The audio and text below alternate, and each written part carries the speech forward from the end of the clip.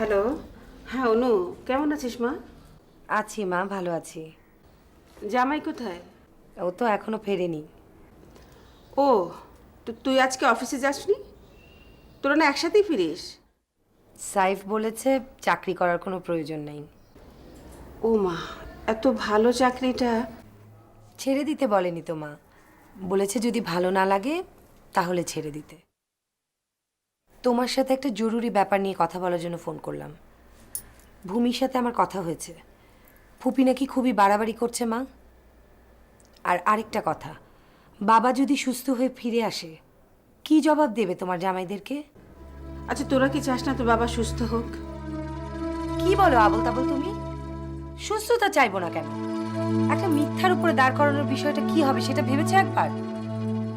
কিছুই হবে না, বুঝিয়ে বললে সবই মেনে নেবে। আচ্ছা তাহলে ফুপিকেই বলো ম্যানেজ করতে সেটা। শোন, আমি চাচ্ছি দুই জামাইকে একসঙ্গে দাওয়াত করতে। একসাথে বসুক, কথা বলুক। দুজন তো কখনো একসাথে ভালোভাবে কথাও বলেনি। আচ্ছা ঠিক আছে, সেটা তুমি ফোন করে বলো তোমার জামাইদেরকে। আচ্ছা ঠিক আছে।